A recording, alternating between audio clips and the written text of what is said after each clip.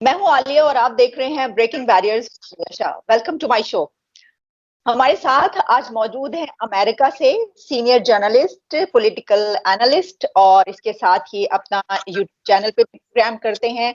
और बड़ी गहरी नजर है इनकी, क्योंकि अपना जो पाकिस्तान पोस्ट के नाम से वहां पर अखबार भी निकालते हैं अमेरिका में। हमारे हमारे साथ हमें ज्वाइन कर रहे हैं न्यूयॉर्क से आफाक फारूकी साहब। Thank you so much for joining us Afaq साहब।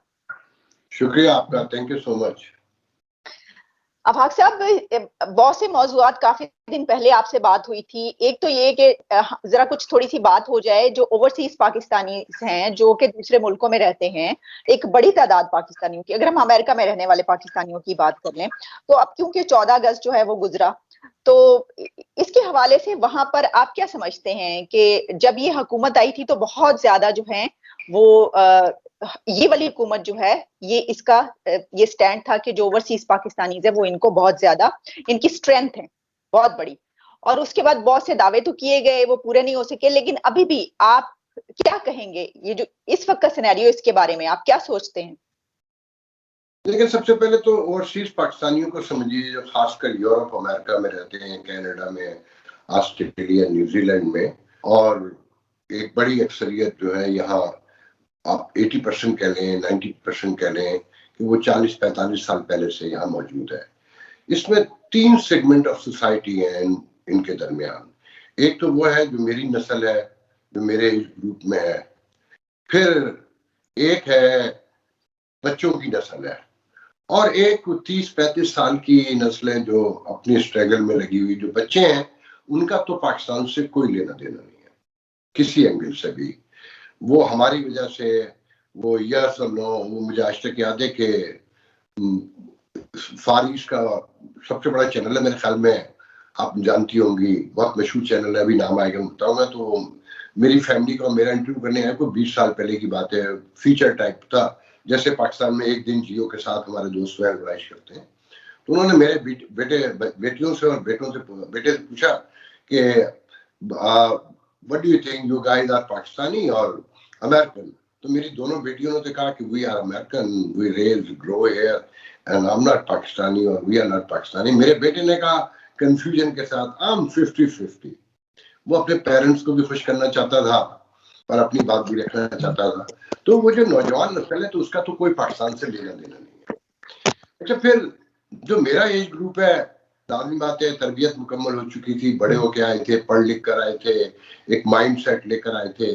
35 साल हो गए रहते हुए, ख्वाब पाकिस्तान का ही नजर आता है। मैं इस पे भी अपने आपके नाज़रीन को एक छोटा सा वाकया सुनाना चाहूंगा, उससे समझने में, अंडरस्टैंडिंग में आसानी पैदा होगी। मेरे पेरेंट्स यूपी हिंदुस्तान से हिजरत माइग्रेट करके पाकिस्तान आए थे। मेरी वालदा की एज 17-18 साल होगी जब वो आई पाकिस्तान। जब मैं शायद 9th में पढ़ता था, मेरे बड़े भाई मुझसे 11 साल बड़े हैं, मेरी बड़ी सिस्टर मुझसे 5 साल बड़ी है। 12 हम 7 बहन भाई थे, जिनसे एक बहन का मेरे इंतकाल हो गया। तो एक दिन, आपको पता है ना कि जो हमारा एज ग्रुप है, उसमें घर में शाम को खाना खाने के बाद गर्मियों में सहन में एक पार्टी सी सजती थी, और गासिप से लेके सारे जहां की गुफ्तगू होती थी। तो एक दिन हमारी वालदा कहने लगी कि मैंने आज तक पाकिस्तान का ख्वाब नहीं देखा। मैं जब सोती हूँ तो मैं अपने आप को हिंदुस्तान में देखती हूँ, अपने वही बचपन के गली मोहल्ले, जो हमारा कस्बा था, और वही मेरे फ्रेंड्स, और शकुंतला, मुझे वो नाम तक याद है। तो हमने अपनी वालदा का मजाक बना दिया कि ये गद्दार है पाकिस्तान की, ये खाती हैं पीती हैं पाकिस्तान का, पहनती यहाँ का है, मगर ये इंडिया की हिमायत करती हैं और ये हिंदुस्तानी है। तो वो बहुत चिढ़ती थी जब हम उन्हें छेड़ते थे। मैं आज इकरार करना चाहता हूँ सबके सामने, मुझे 35 साल हो गए, मैं दिन में प्योर अपने आप को अमेरिकन समझता हूँ, मैं पाकिस्तान की तमाम पॉलिसियों से इख्तलाफ रखता हूँ, मगर जब मैं सोता हूँ मैंने आज तक अमेरिका का ख्वाब नहीं देखा, मुझे पाकिस्तान नजर आता है। तो मेरी माँ जो कहती थी वो हम अब समझे, मगर मेरे बच्चे इन बातों से उनका कोई लेना देना नहीं है। तो ये जो अमेरिकन पाकिस्तानी है या यूरोपियन पाकिस्तानी है, तो मेरे के ग्रुप के लोग तो वहां फंसे हुए हैं, और स्पेशली जो 80s में आए थे, 70s में आए थे, वो उसी माइंड सेट के साथ यहाँ रह रहे हैं। फौज की हिमायत करेंगे, आप नोट करें कि मार्शल्लाह आएगा, यहाँ से लोग ज्यादा तालियां बजाते हैं, रहते हैं डेमोक्रेसी में, यहाँ के कॉन्स्टिट्यूशन जो राइट्स हैं, जो शख्सी आज़ादियां हैं, जो ह्यूमन वुमेन राइट्स हैं, उसका सबके फायदे ले रहे हैं, एजुकेशन भी ली, तालीम भी हासिल की, दौलत भी कमाई, बड़े बड़े घर भी कमाए बनाए, मगर फौज की मार्शल्लाह की हिमायत करते हैं और डेमोक्रेटिक सिस्टम को करप्ट समझते हैं, पाकिस्तानी निजाम को जो करप्ट भी है। और जैसे पाकिस्तान में मिसअंडरस्टैंड किया जाता है कि नवाज शरीफ ने मेरे एक सप्लीमेंट में कॉलम लिखा था कि जो ओवरसीज पाकिस्तानी है वो हमेशा जमहूरियत के जब खत्म होती है तो उसके लिए खामोश हो जाते हैं और फौजी हुकूमतों की हिमायत करते हैं। तो वो मिसकैलकुलेट करते हैं, मिसअंडरस्टैंड करते हैं कि वो यहाँ की आजादियां जब देखते हैं और पाकिस्तान में नहीं देखते सियासी जमहूरी दौर में, तो वो अल्लाह भला करे। आपके तस्वीर गायब हो गई है फिर दोबारा से ना, हाँ सॉरी। तो वो असल में यहाँ की चीजों को वहां से मैच करने की कोशिश करते हैं और जब फौज आती है तो समझते हैं कि ये दुरुस्त कर देगा। अच्छा, फिर जो हमारा आपका निजाम, पाकिस्तान का निजाम रहा, जो जमहूरी निजाम जिसे कहते हैं, जब वो निजाम रहा और वो कामयाब नहीं हो सका, उस बीच बाद में जो जिस तरह से इमरान खान आए, वो एक ग्लैमरस हीरो भी रहे हैं और उनकी इंटरनेशनल एक बहुत बड़ी नोइंग भी थी। तो यहाँ के लोग ये समझे कि ये वेस्टर्न वर्ल्ड का पढ़ा लिखा है और यहाँ की डेमोक्रेसी को भी समझता है, जो जिसका वो दावा भी करते हैं। तो वही नस्ल जो 80s में क्रिकेट को देखता हुआ छोड़कर आई थी, वो उनके पीछे लगी रही। मगर जो ईमानदारी की बात है, जो मेजर चंक ऑफ सोसाइटी है पाकिस्तानियों का, अमेरिका की हद तक तो और कनाडा की हद तक तो मैं दावे से कह सकता हूँ, वो पाकिस्तान के सोशियो पॉलिटिकल सिस्टम से उनकी कोई ना तो कोई नोइंग है, ना उनका कोई इंटरेस्ट है, ना वो उसमें मिंगल होते हैं। मिसाल के तौर पे मैं आपको बहुत इंपॉर्टेंट बात बताने जा रहा हूँ, हो सकता है उसे बहुत से लोग डिनाई कर दे कि यहाँ जो पाकिस्तानी चैनल आते हैं, जो आज से 15 साल पहले का फिगर है कि यहाँ पर कोई 3 लाख के करीब पाकिस्तानी हाउस होल्ड है, मतलब घर है जिनके, उनमें से टोटल 21,000 के घर में ये चैनल मौजूद थे टोटल, जो 76% भी नहीं बनते। और जितना चाहे जहां से चाहे सर्वे कर लें, आपको 99% लोग मिलेंगे जो कहेंगे कि ये हमारे घर में नहीं है, हमें नहीं पता, हम नहीं देखते। और स्पेशली जिन्होंने बहुत पैसे कमा लिए हैं या बहुत पढ़े लिखे हैं, वो तो गुफ्तगू भी नहीं करना चाहते पाकिस्तान के मौजूद। हम जैसे कुछ लोग हैं, मेरा और आपका तो खैर जिक्र नहीं करना चाहिए कि हम तो रिलेट ही करते हैं जर्नलिज्म से, मेरा तो काम ही ये रहा है कि मैं पाकिस्तानी कम्युनिटी का अखबार निकालता रहूं। मगर ऐसा सच ईमानदारी की बात ये कि पाकिस्तानी अमेरिकन हो या यूरोपियन हो, यूरोप में तो फिर भी अवेयरनेस है क्योंकि आपका फ्लाइट टाइम कम है, 7.5 घंटे में आप पहुंच जाते हैं, वहां से लोग आ जाते हैं। मगर यहाँ से तो अब 32 घंटे का फर्क पड़ गया है जब से पीआईए बंद हुई है, और पहले भी 24 घंटे तो पूरे लगते ही लगते थे। आपको नॉर्मल लोग नहीं मिलेंगे जो 2-3 साल से पहले पाकिस्तान जाते हो, मतलब एवरेज बता रहा हूँ कि 3-4 साल लगते हैं। तो ईमानदारी की बात यह है कि यहाँ लोगों को इतना ज्यादा नहीं है, जो कम्युनिटी डिस्कस करती है पाकिस्तान को वो बहुत थोड़े से लोग हैं। हाँ, जब पाकिस्तान में कोई बड़ा क्राइसिस होता है तो एक दूसरे को टेलीफोन करेंगे। अभी मेरे एक बहुत पढ़े लिखे दोस्त हैं जो बजाय उनका कोई कम्युनिटी से लेना देना नहीं है और बहुत बड़े इंजीनियर है, तो उन्होंने कहा कि यार ये जब टोटल जितना भी पाकिस्तान को समझते हैं, पाकिस्तानी मीडिया देखकर समझते हैं या यूरोपियन मीडिया देख के, तो वो मुझसे बहुत सारी बातें भी कोई 1-1.5 घंटा पहले की, काफी देर लगे रहे कि यार ये होगा तो क्या होगा, ये होगा तो। फिक्रमंदी तो यकीनन है कि मदरलैंड है, पैदा हुए हैं, पले बड़े हैं, मगर उनके बच्चों को भी मेरे बच्चों को कोई लेना देना नहीं है। उन्हें पता भी नहीं है कि पाकिस्तान में इस वक्त क्या हो रहा है, अफगानिस्तान में क्या हो रहा है। जी, मेरे जहन में ये सवाल इस वक्त पैदा हो रहा है जो मैं आपसे करना चाहूंगी, जो आप बात बता रहे हैं। देखिए, हम तो यहाँ पे देखते हैं कि यहाँ पर तो बहुत ज्यादा इस हवाले से कंसर्न इसलिए भी, खास तौर पर जब हम इस हुकूमत की बात करते हैं, तो आप जानते हैं कि ओवरसीज पाकिस्तानीज का जो वोट है उनको हक जो है वो इसीलिए दिलाया गया क्योंकि यहाँ पे समझा जाता है कि वहां पे बहुत बड़ा, आपको याद होगा यहाँ पे तो जब हुकूमत ही आई थी, उन्होंने कहा था कि हमें बाहर से इतना ज्यादा आएगा पैसा कि हम वो उसी से जो है वो अपना कर्जा उतार देंगे। पहले तो मैं बता दूं, देखिए मैंने अभी खुद कहा कि यूरोप में, बरतानिया में ज्यादा अवेयरनेस है पाकिस्तान के हवाले से, मगर इस फर्क को मैं एक जुमले में समझा देता हूँ। वहां जो नाई आया था ना, जो बाल काटने वाला था, मैंने उसके बेटे को भी बाल काटते हुए देखा है वहां पर, जो वही अमेरिका बरतानिया में रेज हुआ है, बॉर्न हुआ है, ग्रो हुआ है। अमेरिका में जो टैक्सी ड्राइवर थे, उनके बच्चे डॉक्टर्स हैं, उनके बच्चे सिस्टम में बहुत आगे हैं, बड़े बड़े अटॉर्नी हैं, साइंटिस्ट हैं। यहाँ ये अच्छा, फिर यहाँ तो हमें यहाँ के सिस्टम में इंटर होना चाहिए ना। मेरी नस्लें यहाँ जवान हो रही हैं, पली बड़ी हैं, पैदा हुई हैं यहाँ के सिस्टम में, उनका मुस्तकबिल यहाँ पर है। मैं उनके लिए काम करूं कि मैं पाकिस्तान की पॉलिटिक्स करूं, मैं यहाँ से वोट दूं बैठ के? अच्छा, उस वोट के बदले आप मुझे क्या देंगे? आप 40 साल पे बात कर ले, 50 साल पे बात कर ले, मैं साबित कर दूंगा कि ये सब झूठ बोलते हैं। मैं आपको इस पर एक छोटा सा वाकया सुना देता हूँ।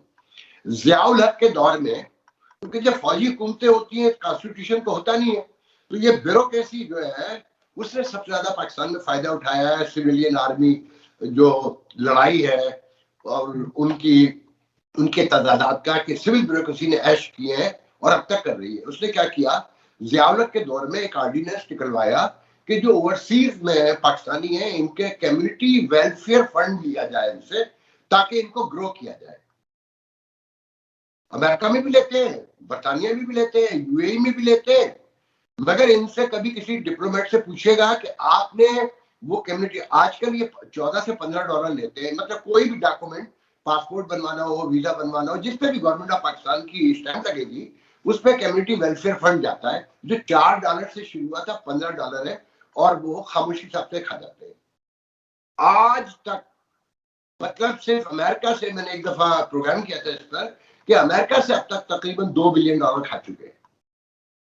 बात करें, आप उनसे पूछे, कहते हैं वो देखिए जी, वो वजारत खारजा के पास उसका बड़ा सख्त ऑडिट है, हमारा उससे कोई मतलब लेना देना नहीं है, और कहता खर्च क्या करते हैं जी, वो हमें नहीं पता, तो ये हमारा पैसा है, हम पे खर्च कर देना। और सिविल हुकूमतों को तो इतना मसरूफ रखते हैं कि वो इस तरफ आ ही नहीं पाती है। तो आपस की लड़ाइयां देखते ना, कि इमरान नवाज शरीफ आ रहा है कि नवाज शरीफ जा रहा है, हुकूमत बन रही है कि खत्म हो रही है, वो इमरान खान के साथ हो रहा है। वो ओवरसीज का नारा लगा देता है, जैसे वो कहता है कि रियासत की, मदीना की रियासत बनाऊंगा, मगर निजाम उसे चाइनीज पसंद है, जो अल्लाह को ही नहीं मानता। नवाज शरीफ जैसे लीडर को जेल में नहीं रख सकती, ये पॉसिबल ही नहीं है। तो मुझे ये बात ऐसे पता है कि जैसे मुझे इस वक्त ये मालूम है कि मैं आलिया से बात कर रहा हूँ, नवाज शरीफ को इस्टेब्लिशमेंट ने तरले डालकर शहबाज शरीफ के जरिए निकलवाया, मां से कस्में दिलवाकर। आखिरी फोन उनकी वालदा ने हॉस्पिटल में किया है और फिर खुद चल कर गई है, तरले डालकर निकलवाया है। और इनके अपने लोग, इमरान खान के डॉक्टर सारे सब जुड़े हुए थे, मिले हुए थे। लेकिन आप ये कह रहे हैं कि यहाँ से उनको जबरदस्ती हुकूमत की तरफ से जो है, और यहाँ पर इनको भेजा गया इदारों की तरफ से कि ये यहाँ से निकल जाए, क्योंकि वो बहुत बड़ी मुश्किल से। इमरान खान को सेटलमेंट नहीं हो रही थी ना हुकूमत की, एक क्योस था, खासकर पंजाब में जब तक वो जेल में थे क्योस था, तो उस क्योस को खत्म करना था ना। मैंने आपके पहले कहा कि वो जेल में नहीं रख सकते थे। देखिए, अदालती फैसले पर कौम तकसीम है, वो भी जिन्हें ये पता है, जो नवाज शरीफ के बदतरीन दुश्मन है, वो भी इस बात पे यकीन रखते हैं कि नवाज शरीफ के खिलाफ जो फैसला है वो अदालती फैसला नहीं है, वो इंसाफ का फैसला नहीं है। मतलब अदालत की आपकी तारीख है ना, मौलवी तमीजुद्दीन केस से लेकर क्या नाम है बाबर डैम तक, इफ्तिखार चौधरी तक। आप अकामे की वजह से कह रहे हैं, और सिर्फ उनके अकामे के बेस पर निकाला गया इसलिए कहा जाता है ना। देखिए, उस फैसले को कौन चैलेंज करेगा? आप अकामा पे निकाल दें, लगामा पे निकाल दें, और जिस चीज पे चाहें, उन्होंने निकालना था, उन्होंने निकाल दिया, कौन पूछने वाला है? पाकिस्तानी अवाम की तो हालत ज़हनी ये है कि 14 अगस्त पे भी नाच लिए, कल से मातम करेंगे बाजार में निकल के, परसों आके जश्न ईद मिलादुन नबी के लिए निकलेंगे, शिया सुन्नी फसाद होगा तो एक दूसरे को मारने के लिए निकल आएंगे, और कोई झगड़ा होगा तो निकल आएंगे, मगर अपने बुनियादी शहरी हुकूक के लिए, कॉन्स्टिट्यूशनल फ्रीडम के लिए कभी बाहर नहीं निकलते। आपके यहाँ तो सिचुएशन ये हो गई है। मैं आपको एक और ब्रेकिंग खबर देता चलूं आज की, ये उनका तालिबान के जो अमीर मोमिनीन है, मुल्ला मुहिब नाम है ना उनका, जी मेरा ख्याल हैबतुल्लाह, जी जी जी, मौलवी हैबतुल्लाह, उन्होंने मुल्ला उमर की पगड़ी भेज के मकबूल औरिया जान की दस्तार बंदी करवाई है। उनकी दस्तार बंदी हुई है। ये कब की बात है सर? ये अभी हफ्ते भर पहले, मालूम कर ले, उन्हें फोन करके पूछ लीजिएगा अगर वो इनकार कर दें। मतलब एक मुनाफिक, एक ऐसी आप मुझे करेंगे ना, मेरे मुंह में खाक, अल्लाह करे मेरी बात गलत निकले, मगर आप शटल कॉक सिलवा लीजिए, आपको बहुत जल्द जरूरत पड़ने वाली है। वेस्टर्न वर्ल्ड की और अमेरिका की शिकस्त ने यह आग के प्रमोट किया गया है कि रूस को हराने के बाद अब अमेरिका को भी हरा दिया। जहां से प्रमोट हुआ है वो आपको भी पता है, सबको मालूम है। जब उन्होंने रूस को भी हरा दिया, अमेरिका को भी हरा दिया, तो अब तो सारा जहां उनका है। तो इस्लामाबाद लाहौर कितनी दूर है, इसकी तैयारी कर ले आप लोग।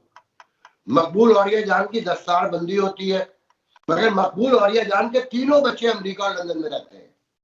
दिलचस्प बात देखे कि जिसकी दस्तार बंदी हुई है, अब वो कहता है कि मेरा उन बच्चों से कोई ताल्लुक नहीं है। जिसने मुझे ये वाकया सुनाया, मैंने उससे कहा कि इस आदमी से पूछो कि अंग्रेजी स्कूल में दाखिला बच्चों ने अपनी मर्जी से लिया था जब वो पहली क्लास में पढ़ते गए थे। गाड़ियों में वो घूमते थे, बर्गर खाते थे, रोड पे घूमते थे, तो वो अपनी मर्जी से घूमते थे।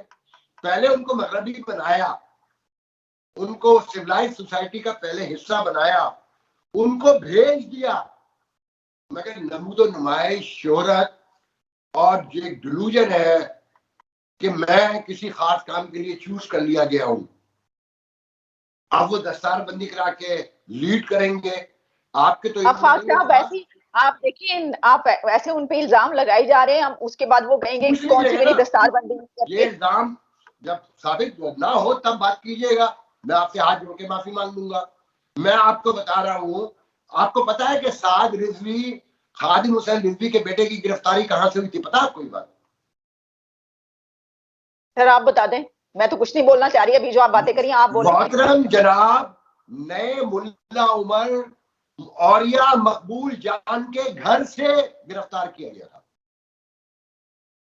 और इस्टेब्लिशमेंट ने औरिया मकबूल जान से फोन करके पहले उसे बुलवाया, और जब वो पहुंच गया तो फिर गिरफ्तार किया गया, जिसपे औरिया कहता है कि मेरे साथ धोखा हुआ। और साथ की गिरफ्तारी के घर में इस पर ताल्लुक नहीं। आफाक साहब देखें, जहां तक ये बात है, जाहिर है अगर दोनों लाहौर में रहते हैं या जहां पे भी जहां से उनकी गिरफ्तारी हुई, तो ताल्लुकात तो हो सकते हैं ना। अब साद रिजवी की फैमिली और हो सकता है कि ताल्लुकात तो वो इस वजह से उनके घर पे हो, मतलब ये हम क्या कह सकते हैं? मतलब आप ये कहना चाह रहे हैं उनके, आप ये कहना चाह रहे हैं उन्होंने छुपाया हुआ था उसको? इसका जवाब भी सुन लें। उसकी गिरफ्तारी के जाके चेक कर लीजिएगा यूट्यूब पे, अभी उसकी गिरफ्तारी के टाइमिंग देखिएगा, और औरिया मकबूल जान का उस दिन का पहला वीडियो देखिएगा।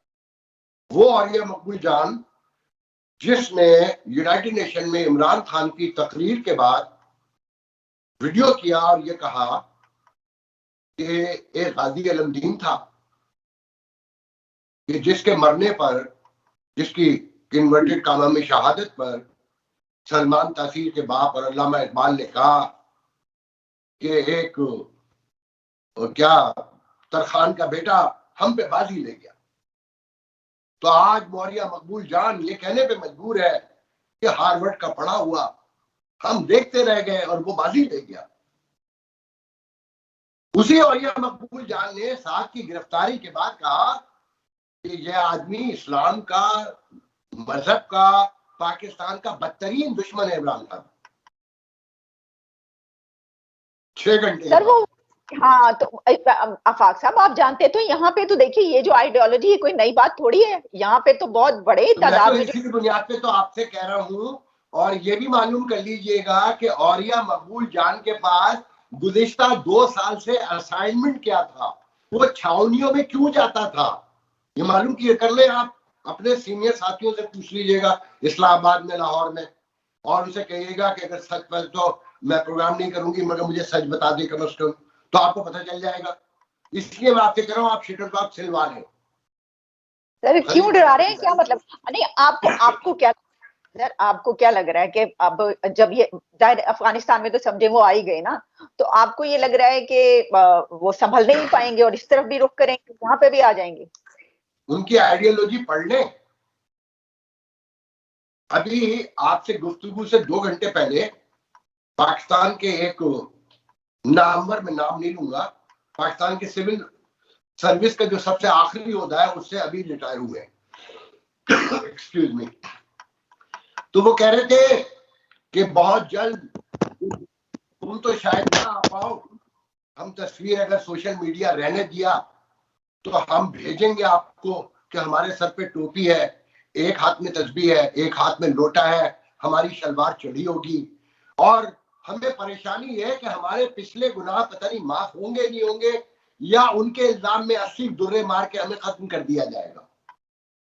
और ऐन मुमकिन है कि हमारे साथ ये भी हो कि आपको खत्म करने का टास्क देके हमें अमेरिका भेजा जाए कि इस बदकार को वहां जाके दुर्रे मार ले। ये अभी 2 घंटे पहले की बात बता रहा हूं।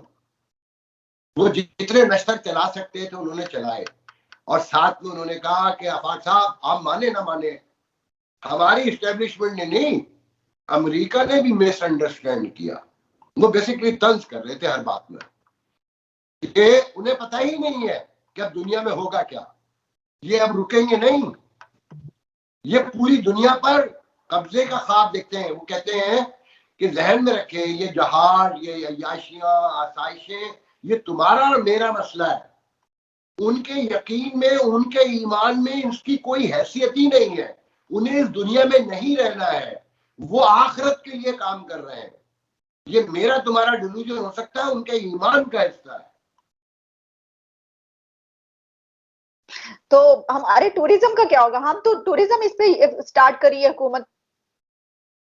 मैंने तो अभी आपको बताया कि नोट ये करें, पढ़ लें, कहीं जाकर देख लें रोजाना के मामलात को, कि सबसे पहले हमीद गुल ने कहा था, मुझे अब सन तो याद नहीं है, कि रूस को शिकस्त दी अमेरिका से मिलकर, अमेरिका को शिकस्त देंगे अमेरिका से मिलकर, कोट एंड कोट है। नहीं, तो इसका मतलब आफाक फारूकी साहब, फिर तो मतलब ये बड़ी तारीफ करनी चाहिए कि इतनी जबरदस्त स्ट्रेटजी और वो जो कहा है वो पूरा यहाँ तक लेकर आए और उसी पे तो क्या ये तो, आप पता आप मतलब आप नहीं आफाक साहब, आप उन लोगों के साथ मिल गए हैं। देखिए यही तो रिपोर्ट आई है, इसका मतलब है आपने भी कोई ट्वीट किया। आप, मैं चेक करती हूँ उस रिपोर्ट में आपका नाम है या नहीं है, ये जो आप बात कर रहे हैं, ये इसी बिना पे जो चाहे आप जो चाहे चेक कर लीजिएगा। मैं तो बहुत फख्र से ये कह रहा हूं कि मुझे रात को अपने जमीर के साथ सोना होता है। मैं अमेरिकन पॉलिसी पे, मेरी वही राय है जो अमेरिकन मीडिया की है, कि जिस तेजी और बेख्तियारी के साथ निकले हैं, सर पकड़ के बैठे हुए हैं बड़े बड़े लोग यहाँ पर, मगर मैंने सारी चीजों को गौर से समझ के अपने तौर पे, maybe I am completely wrong, कि यहाँ कोई काम प्लानिंग के बगैर नहीं होता। तो फिर ये जो कहा जा रहा है कि ये पाकिस्तान की कामयाबी है कि उसने सबको शिकस्त देके जो है, तो फिर क्या ये कामयाबी है? फिर ये तो सरवाइव करके दिखा दीजिएगा ना। मुझे तो ये बता दें, मतलब आप उन्हें के राजी हैं? देखिए मैं तो आपसे सिर्फ आपसे या पाकिस्तानी जो सुन रहे हैं, मैं उनसे ये पूछना चाहता हूँ कि ईमान के सहारे जो आप लोगों का कॉन्सेप्ट है कि भाई हमें वेस्टर्न वर्ल्ड से क्या लेना, हमें तो बाजरे की रोटी खानी है, सरसों का साग खाना है। हाँ, आपने स्टोन एज में रहना है, आप रहिए, उससे तो कोई इनकार नहीं, किसी को नहीं है, मगर फिर आप सिविलाइज दुनिया का हिस्सा नहीं रहेंगे। देखना ये है कि आपको ये फतह कहाँ लेकर जाती है। मैंने तो आपसे कहा कि ये जो आपका बालों पे कलर है, जो आप मेरे सामने बैठी हुई हैं, कल आपको इसकी इजाजत नहीं होगी। 85% खवातीन पाकिस्तान में किसी न किसी एंगल से तशद्दुद का शिकार है। रोजाना 11 खवातीन हर सूरत में, जो एवरेज है 40 साल का, 11 खवातीन किसी भी सेक्सुअल हरासमेंट, किसी भी हरासमेंट में मारी जाती है। अब ये तादाद कितनी आगे जाएगी ये फैसला कर ले। अभी तो आपको 4-6 पे प्रोफेशन में जाने की इजाजत है ना, कि आप सहाफी भी बन जाती हैं, बैंक में भी चली जाती हैं, और जितने भी आप बाकायदा प्रोफेशनल, उसमें 80% सिर्फ टीचर ही बनती हैं, क्योंकि इससे ज्यादा की इजाजत ही नहीं मिलती। आप जैसी खवातीन ना होने के बराबर है, ना होने के। काउंट कर लें कितनी जर्नलिस्ट होंगी, 400 नहीं नहीं 500। आफाक साहब, अब तो जजेस हैं, सुप्रीम कोर्ट की पहली जज जो है खातून अब बनने जा रही हैं, फौज में हैं, फौज में हैं, इसके अलावा पुलिस में हैं, सर पुलिस में है। ऐसे नहीं होती आलिया, गुफ्तगू ऐसे नहीं होती है। आप पहले प्रोपोर्शन चेक करें ना कि आपकी आबादी पॉपुलेशन कितनी है, आपका जॉब्स में हिस्सा कितना है, आप खुद कितनी आती हैं। आपकी मेडिकल एसोसिएशन का कहना यह है कि 90% एमबीबीएस करने वाली लड़कियां डिग्री लेने के बाद लौट के ही नहीं आती। ठीक है, ये सही है, हाँ ऐसा है। सारे पर्सपेक्टिव को हम पूरे उस पर जाके देखेंगे ना, स्केल पर जाके देखेंगे ना। ठीक है, अच्छा ठीक है, मैं आपकी बात समझ गई, मैं आपकी बात समझ गई। आप रेशो की बात करें कि जो एक वो सही, हम मानते हैं, हम तो तनकीद भी करते हैं, हम तो कहते हैं कि भाई खवातीन को जहां पे आगे आना चाहिए। यहाँ पे तो माशाल्लाह से खवातीन के खिलाफ स्टेटमेंट्स ही ऐसी आती हैं और ऐसे ऐसे रोजाना ट्रेंड्स चल रहे होते हैं खवातीन के खिलाफ। अच्छा, लेकिन मुझे बताएं, ये जो आप सारी बातें कर रहे हैं, आपने डरा डरा के जो है वो बुरा हाल कर दिया है। आप मुझे ये बताएं कि वो तो ये कह रहे हैं तालिबान के हम जो है वो एजुकेशनिस्ट भी होंगे, हमारे उसमें इंटेलेक्चुअल्स भी होंगे, हम पूरे हकूक देंगे, और हम जो है वो स्कूल कॉलेजेस, अफगानिस्तान में भी वो तो हकूक की बात कर रहे हैं, पाकिस्तान में भी देंगे, बिल्कुल होंगे। ज़ैद हामिद और यह मकबूल जान जैसे ही होंगे। अगर आप उन्हें इंटेलेक्चुअल मानती है तो फबिहा, कुछ ठीक है, ऐसे ही होंगे। ये जो मुहिब है, ये जो अमीर है इस वक्त तालिबान के, ये अखवानुल मुस्लिमीन के जो कुतुब थे ना पहले, जो बहुत बड़े इंटेलेक्चुअल थे, ये उनके लेवल के इंटेलेक्चुअल बताए जाते हैं।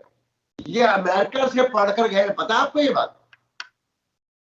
जी जी बिल्कुल मालूम है, इल्म है ना, मगर इनका माइंड सेट क्या है?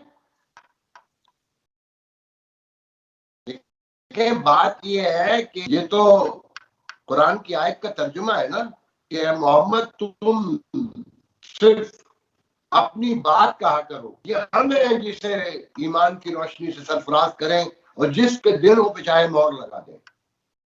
ये तारीख और वक्त फैसला करेगा कि मेरे दिल पे मोहर लगी है, आप पे लगी है, कि या मुहिबुल्लाह की लगी है। ये तो तारीख और वक्त फैसला करेगी ना कि बड़े वो लर्नेड भी हैं, एजुकेटेड भी हैं, वो वेस्टर्न वर्ल्ड को भी जाए। इमरान खान है ना, वेस्टर्न वर्ल्ड में पूरी जिंदगी गुजारी, मगर सब कुछ करने के बाद अपनी नौजवान नस्ल से कह रहे हैं कि तुम तस्बीह हाथ में पकड़ लो। खुदा को मानना या मजहब को तस्लीम करना ये इंसानी जरूरत और उसकी फितरत का हिस्सा है, मगर दुनियादारी उसके साथ है। ऐसा नहीं है जो मेरे ईमान का हिस्सा है। मुझे ये जो मैंने मजहब को समझा है, उसने ये नहीं बताया कि जो मुसलमान है वो उम्मा है, बाकी सब कुफार है, इन्हें मार डालो, इन पर कब्जा कर लो। मेरे ईमान का हिस्सा नहीं है। पहले तो उन्होंने आपको सुधारना है क्योंकि आप नेक्स्ट डोर है। वो तो मुशर्रफ के दौर में भी ये खबरें आ चुकी थी ना कि वो इस्लामाबाद के करीब पहुंच गए। तो पहले आप अपनी सराउंडिंग का जायजा तो लेना कि आपके यहाँ सिचुएशन क्या है। आपकी सिचुएशन ये है कि आज नाम लेके कह रहा हूं कि जियो के ऊपर इश्तहार चल रहा था यौम आजादी का कि हम इस मुल्क से, इस्लामिक बैंक का इश्तहार था कि हम इस मुल्क से रबा और सूद का निजाम खत्म करके इस्लामी निजाम के लिए कोशिश है। आप मुनाफिकत देखें रियासत की कि सूद पे कर्जे ले रही है, पूरी दुनिया से इमदाद बटोर रही है, लोगों को अपने कर्जे दे रही है सूद पर, मगर प्रमोट क्या कर रही है? भाई कम अज कम अपनी जिंदगी से, अपने रोजमर्रा के मामूल से अपने पैगाम को मैच तो कर लो। ये मैंने अभी देखा है इश्तार, कोई घंटा डेढ़ घंटा। सर आप समझते तो हैं आफाक साहब, ये तो खैर हमारी तारीख है ना, हम रिलीजन कार्ड तो यूज करते हैं ना। वो बेशक हम कर्जे भी ले रहे हो, हम सूद पे सब कुछ कर रहे हो हम, लेकिन हमने जो है वो उस निजाम को बुरा भला भी कहना है। वो तो आपको पता है मजहब कार्ड यहाँ पे हर हुकूमत इस्तेमाल करती है हमेशा। ये कोई नई बात है? ये तो हमारा वतीरा है। मैं सूदी निजाम पे भी एक बात बता दूं, वो अमेरिका में भी बिना सूद के कर्जे, मोटरसाइकिल और क्या नाम है, कारें, घर की कहानी है। और मुसलमान ही उसमें ज्यादा इन्वॉल्व है, मस्जिदों में आके बात भी करते हैं। तो मैंने एक इकोनॉमिस्ट को फोन किया, मैंने कहा यार ये फलाना जो क्या नाम है कर्जे दे रहा है और ये फाइनेंसिंग की बात करता है मजहबी और ये, तो उसने कहा ये बिल्कुल ऐसा ही है, पढ़ के देखो कि जैसे स्कॉलर बनाकर पेश किया जाए। उसने कहा ये बिल्कुल वही निजाम है, वहीं से ला रहा है, मगर ये इतना कोटेड करके तुम्हें पेश किया जाता है के लिए इससे ज्यादा बड़ी मिसाल नहीं दे सकता कि एक दलाल को स्कॉलर बना के पेश किया जाए। आफाक साहब, आखिरी सवाल, मुझे इसका जवाब दे दीजिए। जो सारा आपने एक इतना डरावना खौफनाक मंजर जो है, वो मौत का मंजर, वो जो एक किताब होती थी जो बचपन में सुना करते थे हम, मौत का मंजर, एक बड़ी खौफनाक किताब, लोगों ने तो पढ़ी भी हुई है, मैंने नहीं पढ़ी। तो ये आपने जो मौत का मंजर पेश किया है मेरे सामने इस वक्त, के बुरके आ जाएंगे और वो यहाँ पर आ जाएंगे और ये हालात हो जाएंगे, लेकिन जो आलमी ताकतें, उन्होंने तो ये कहा है कि अगर ये इस तरीके से इन्होंने कब्जा किया तो हम इनकी हुकूमत को नहीं मानेंगे। तो आपके ख्याल में वो देखती रहेंगी सब कुछ और होने देंगी, और पाकिस्तान भी क्या सब कुछ होने देगा? बार बार कह रहा हूँ कि अल्लाह करे मेरा थॉट गलत निकले, मेरा फोर्स जो मैं कर रहा हूँ, मेरा विजन बच्चों से ज्यादा नीचे चला जाए। मुझे ऐसा लगता है कि चाइना को कंटेन करने के साथ पाकिस्तान को सजा देने का फैसले के तौर पर यह रिट्रीव हुआ है, और मेरा जहन तो ये भी कह रहा है कि ये तालिबान ऐसे आगे बढ़ ही नहीं सकते, ये भी उसी आपको इबरत बनाने के लिए साथ में रखा गया है कि हाँ ठीक है जाने दो। देखिए पहले 650 फौजी छोड़ रहे थे और पूरी एम्बेसी वहां मौजूद थी ना, all of a sudden 3000 troop भेजे जा रहे हैं, बर्तानिया से भी जा रहे हैं 600-700, कनाडा से भी जा रहे हैं कि जी 95%, मोर देन 95% डिप्लोमेट्स वापस आ जाएंगे। मतलब जब वहां पर हाहाकार मचेगी तो कोई बताने वाला भी नहीं होगा। इसका मतलब ये निकलता जी आफाक साहब, इससे ज्यादा मेरा प्रोग्राम, इससे ज्यादा आपकी बातों का मुतामिल नहीं हो सकता, तो मैं आपसे आपका शुक्रिया अदा करूंगी। इस वक्त मैं सिर्फ बहुत बहुत आपका शुक्रिया, आपने सर टाइम दिया और ऐसी बातें हमें बताई हैं कि जिसके ऊपर हमें तो खौफजदा हम हो रहे हैं, और जो हमारे बड़े हैं, जो अथॉरिटीज है, उनको सोचने की जरूरत है कि भाई ये जो एक सिनेरियो हर पाकिस्तानी जो अपने एक मौकिफ रखता है। और आप नहीं है, साउथ एशिया के मुसलमान हजारों साल से ऐसे ही रह रहे थे, इन्हीं ख्वाबों में सल्तनत उस्मानिया बिखर चुकी थी, मगर खिलाफत की तहरीक में सल्तनत उस्मानिया जो आखिरी सुल्तान था अब्दुल हमीद, वो इमाम था हमारा, जबकि सल्तनत उस्मानिया खत्म हो चुकी थी और अंग्रेज से लड़ाई लड़ रहे थे। गांधी के मशवरे के ऊपर हमने ऐलान कर दिया कि हम हिंदुस्तान छोड़ के अफगानिस्तान चले जाएंगे, तो हमारे लिए तो कोई नई बात थोड़ी है, हम इसी माहौल में पैदा हुए हैं, इसी माहौल में चले जाएंगे। अल्लाह हाफिज, अल्लाह ताला आपको खुश रखे। बहुत बहुत शुक्रिया आपका, थैंक यू सो मच।